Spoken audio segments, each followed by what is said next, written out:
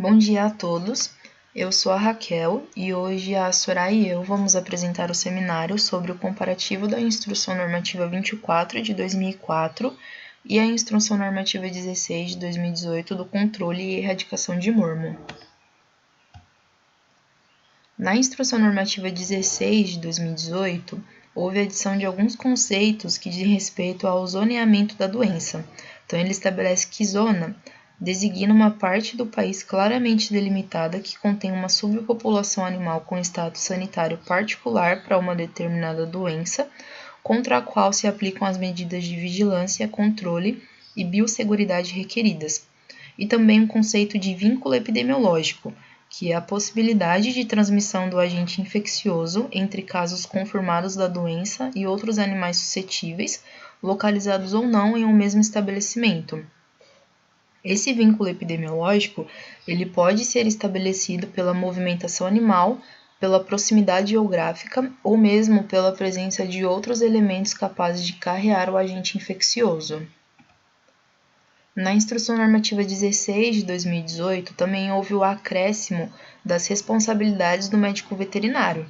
Então, o artigo 4, ele considera que o médico veterinário habilitado é aquele profissional devidamente registrado no respectivo Conselho Regional de Medicina Veterinária e que tenha sido aprovado em capacitação específica sobre o Programa Nacional de Sanidade dos Equídeos, oferecido e organizado pelo Serviço Veterinário Oficial.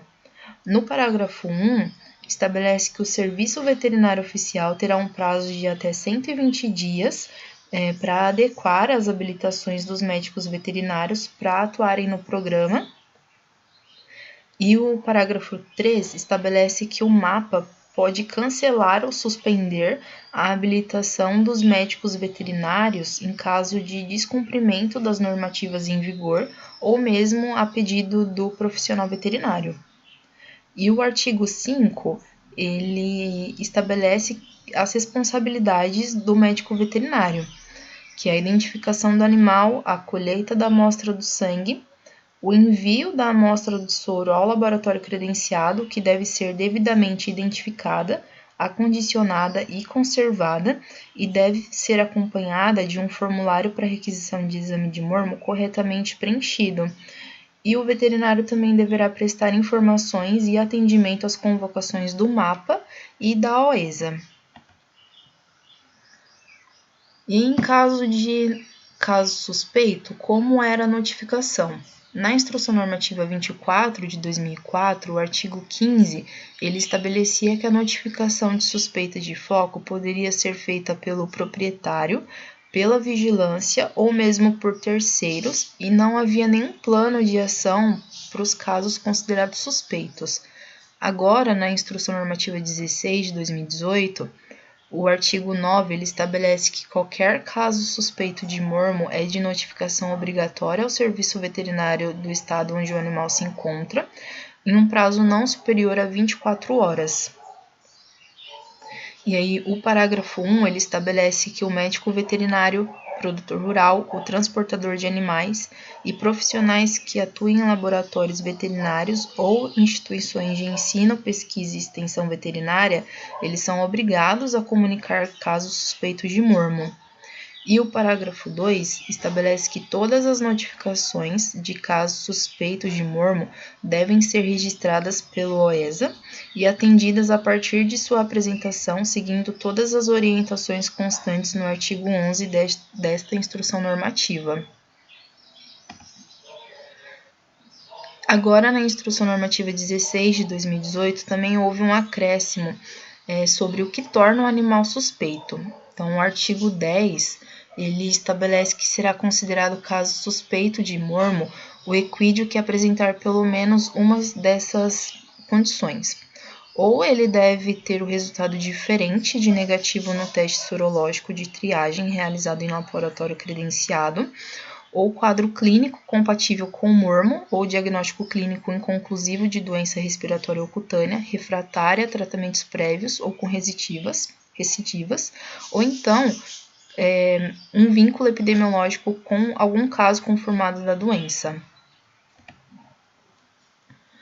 A Instrução Normativa 16 de 2018 Também estabelece um plano de ação para os casos que forem considerados suspeitos. Então, o artigo 11, ele estabelece que, diante de um caso suspeito de mormo, o Serviço Veterinário Oficial deverá realizar a investigação clínica e epidemiológica do caso suspeito e demais requisitos do estabelecimento. Ele deverá definir a unidade epidemiológica que será objeto de medidas sanitárias.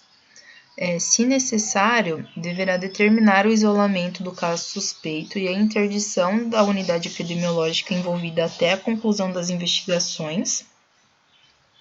E também deverá submeter os animais suspeitos a testes laboratoriais, excetuando-se aqueles que se enquadram no inciso 1 do artigo 10. E estabelece também o que fazer no caso de uma suspeita descartada. Então, a UESA deverá manter os registros auditáveis sobre o atendimento, incluindo os motivos do descarte da suspeita, e também deverá desinterditar a unidade epidemiológica imediatamente. No caso de diagnóstico negativo, antes, na Instrução Normativa 24 de 2004, no parágrafo 2 do artigo 2, estabelecia que o resultado negativo deveria ser encaminhado ao médico veterinário requisitante ou mesmo ao proprietário do animal, e que o resultado negativo da prova de fixação de complemento teria uma validade de 180 dias para animais procedentes de propriedades monitoradas e de 60 dias nos demais casos. E também nos dizia que os animais que permaneciam sem reação após a malenização teriam um diagnóstico negativo conclusivo e receberiam um atestado correspondente emitido pelo Serviço de Defesa Oficial com uma validade de 120 dias e não poderiam ser novamente submetidos à prova de fixação de complemento durante esse período. Agora, na Instrução Normativa 16 de 2018, o artigo 8, ele estabelece que, independente da procedência, né, se o animal é de propriedade monitorada ou não, então ele estabelece que quando todos os resultados de um lote de animais forem negativos, os relatórios de ensaio e requisições serão encaminhados diretamente aos proprietários dos animais e terão a validade de 60 dias contados a partir da data de colheita da amostra. E em caso de diagnóstico positivo, antes, na Instrução Normativa 24 de 2004, no artigo 2, parágrafo 1º, ele estabelecia que o resultado positivo deveria ser encaminhado imediatamente ao Serviço de Sanidade Animal da Delegacia Federal de Agricultura do Estado, onde se encontra o animal, e o resultado positivo poderá ser encaminhado diretamente ao Serviço de Defesa Sanitária Animal da Secretaria de Agricultura do Estado, a critério do Serviço de Sanidade Animal do respectivo Estado. E agora, na Instrução Normativa 16 de 2018, o artigo 7, ele estabelece que, havendo resultado diferente de negativo de um animal ou lote de animais, o laboratório credenciado deverá encaminhar em até 24 horas o resultado final, os relatórios de ensaio e requisições de todos os animais testados ao OESA do estado onde os mesmos se encontram e também deverá comunicar à correspondente Superintendência Federal de Agricultura, Pecuária e Abastecimento do MAPA. E aí o parágrafo 1, ele estabelece que as amostras que resultarem diferentes de negativo deverão ser encaminhadas pelo laboratório credenciado ao LANAGRO correspondente, conforme as orientações da Coordenação Geral de Laboratórios Agropecuários em até 3 dias úteis. E o parágrafo 2, ele estabelece que compete à OESA a notificação dos resultados positivos aos proprietários dos animais. Aqui quem fala é a Soraya e eu vou dar prosseguimento à apresentação. Então, se houver um caso confirmado no estabelecimento, qual que vai ser o plano de ação, né? O que será realizado após essa confirmação? Antes, na Instrução Normativa 24 de 2004, dizia no artigo 9 que os animais positivos eles precisariam ser sacrificados imediatamente, não cabendo indenização aos produtores.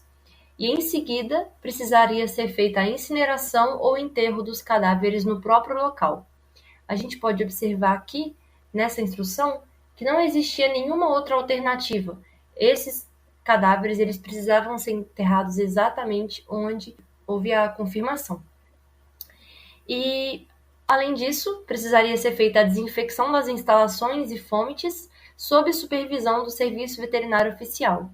E todos os equídeos restantes seriam submetidos aos testes de diagnóstico para mormo. E complementa, que o sacrifício dos equinos positivos seria realizado por um profissional do Serviço Veterinário Oficial na presença de 2 testemunhas idôneas. Agora, por sua vez, na Instrução Normativa 16 de 2018, o artigo 14 diz que, diante de um caso confirmado de mormo, o Serviço Oficial Veterinário ele teria várias outras responsabilidades que antes não tinha. Ele acrescenta o seguinte, que esse serviço oficial ele precisaria determinar e acompanhar a eliminação do foco, a eutanásia e, caso necessário, a realização de necrópsia com colheita de amostras e, posterior, a destruição das carcaças, realizar a colheita de amostras para investigação sorológica nos demais equinos da unidade epidemiológica, realizar a investigação epidemiológica, incluindo a avaliação da movimentação dos equídeos dos estabelecimentos, desse estabelecimento, de pelo menos 180 dias anteriores à confirmação do caso, com vistas a identificar os possíveis vínculos epidemiológicos, se existia alguma possibilidade de isso ter sido transmitido ali ao redor. E também precisaria supervisionar a destruição do material utilizado na cama, os fomites e restos de alimentos do animal infectado e orientar também os produtores sobre medidas a serem adotadas para a descontaminação desse local. Também precisaria realizar investigação clínica e soroepidemiológica nos estabelecimentos com vínculo epidemiológico e notificar a ocorrência de mormo às autoridades locais de saúde pública. Além disso, a Instrução Normativa 16 de 2018 diz, no artigo 15º, que a eutanásia e a destruição dos casos confirmados de mormo serão realizados no estabelecimento onde o animal se encontra de acordo com os procedimentos e métodos aprovados pelo CFMV. Até agora, tudo igual à Instrução Normativa 24. No entanto, o prazo é bem maior. O prazo máximo é de 15 dias a contar da notificação ao proprietário do animal. Antes, era imediatamente. E o parágrafo 1 diz que, na impossibilidade da eutanásia ser realizada no estabelecimento, esse poderá ocorrer em outro local aprovado previamente pelos órgãos executores, de sanidade agropecuária. Então, aí a gente também já viu uma diferença. Antes, não tinha nenhuma alternativa. Agora, existem outros locais que pode ser realizado também esse procedimento. No parágrafo 2º, diz que deverá ser lavrado o termo de eutanásia e destruição assinado pelo médico veterinário da OESA, pelo proprietário do animal ou seu preposto, e no mínimo por uma testemunha. Antes, 2 testemunhas, agora, no mínimo 1. E o parágrafo 3º diz que, caso o proprietário obstaculize, ou seja, dificulte o cumprimento das ações previstas no caput desse artigo, o Serviço Veterinário Oficial deverá acionar a Força de Segurança Pública e o Ministério Público Estadual, além de imputá-lo às sanções previstas nas legislações vigentes.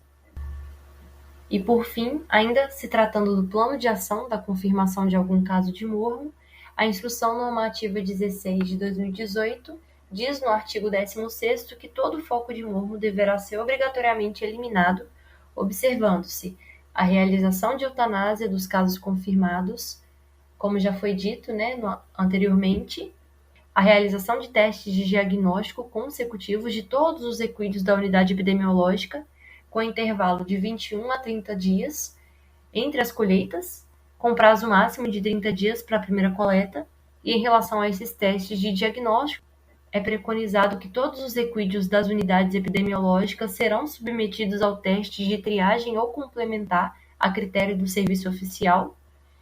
Para os animais com resultado positivo no teste complementar, será necessário aplicar-se o que foi dito no artigo anteriormente citado.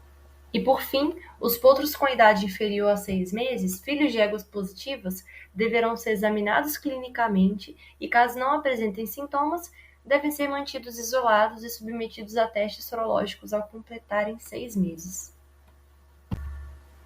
Em relação à desinterdição, a Instrução Normativa 24 de 2004 dizia, no artigo 10º, que seria realizada pelo Sistema Veterinário Oficial após o sacrifício dos animais positivos e da realização de 2 testes negativos sucessivos nos exames de FC de todo o plantel, com intervalos de 45 a 90 dias. Agora, é parecido, só que mudou um pouco a questão do intervalo de dias desses exames negativos. O intervalo deles agora é entre 21 e 30 dias. Com relação ao trânsito, a Instrução Normativa 24 de 2004 dizia que o trânsito interestadual de equídeos procedentes de unidades federativas onde foi confirmado ali casos de mormo ou aqueles que regressariam ao seu estado de origem ou iriam para um estado livre de mormo deveriam apresentar ausência de sinais clínicos e também um comprovante de exame negativo de mormo, com validade do resultado negativo da prova de fixação de complemento de 180 dias para os animais procedentes de propriedades monitoradas e de 60 dias para os demais. Em contrapartida, a Instrução Normativa 16 de 2018 acrescenta que, além de ter um comprovante de resultado negativo com validade de 60 dias e tudo, esses animais eles também precisariam ter um documento oficial de trânsito que seria emitido pelos órgãos executores, após a desinterdição. E acrescenta também que o SDA do MAPA, em conjunto com os órgãos executores, no âmbito de suas competências, poderão restringir ou suspender o trânsito de equídeos em determinadas áreas, considerando a situação epidemiológica para o morro. Além disso, a Instrução Normativa 16 de 2018 acrescenta o conceito de zona livre, que diz assim, no artigo 21º, o reconhecimento e a manutenção de zonas livres de mormo no país, assim como o reestabelecimento da condição sanitária após o reaparecimento da doença, devem seguir as diretrizes preconizadas pela OIE. A condução do processo de reconhecimento de zona livre de mormo é de responsabilidade do MAPA e apresenta as seguintes etapas. Primeira, disponibilidade de cadastro de equídeos atualizado pela OESA, dos estabelecimentos, dos produtores e das explorações pecuárias. Segundo, conhecimento sobre a distribuição da população de equídeos na zona por espécie e pelo tipo de estabelecimento e da condição epidemiológica da população equídea com relação ao mormo. Terceiro, análise do fluxo de movimentação de equídeos com base no levantamento dos documentos e informações de trânsito animal. Quarto, levantamento dos fatores que possam representar risco epidemiológico para entrada, disseminação ou manutenção do agente causador. Quinto, avaliação do cumprimento das condições técnicas exigidas por meio de supervisões e auditorias do MAPA. E, por fim, sexto, declaração nacional por meio de publicação do MAPA de reconhecimento da área envolvida como zona livre de mormo, com base em parecer técnico favorável do MAPA. O artigo 22º acrescenta que, para uma unidade federativa ou área ser reconhecida como zona livre de mormo, todos os requisitos para a eliminação dos focos previstos nessa instrução normativa precisam ter sido realizados, nos casos confirmados nos últimos 5 anos.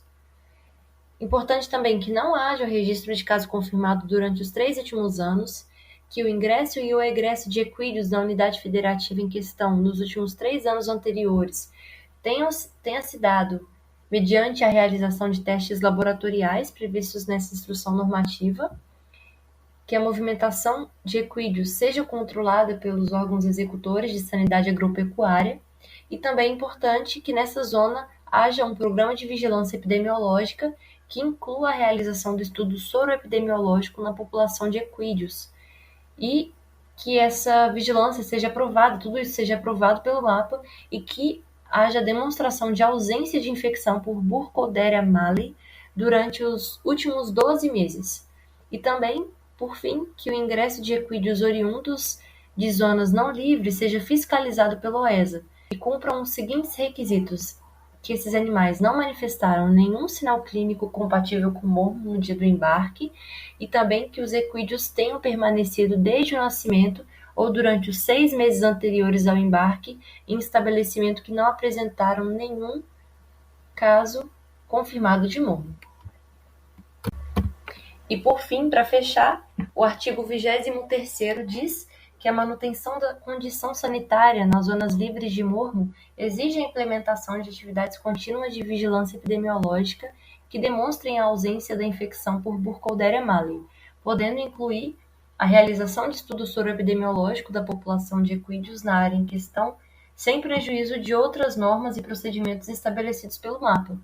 E também diz que a ocorrência de um caso de mormo em uma zona considerada livre pelo mapa acarretará na suspensão temporária dessa condição até que se cumpram os seguintes requisitos: a suspensão da movimentação de equídeos a partir dos focos ou das unidades epidemiológicas que possuam vínculo desse local até a eliminação e encerramento do último foco, a investigação epidemiológica desses vínculos epidemiológicos e provável origem desse foco, a eliminação dos focos, conforme o artigo 16, e o reforço da vigilância visando oferecer garantias da ausência de casos confirmados nos últimos 6 meses posteriores ao saneamento dos focos e a adoção de medidas adicionadas de controle e movimentação durante esse período, incluindo a realização de testes para trânsito interestadual. Então é isso, gente. Muito obrigada e desculpa pela falação. Qualquer dúvida, estamos à disposição.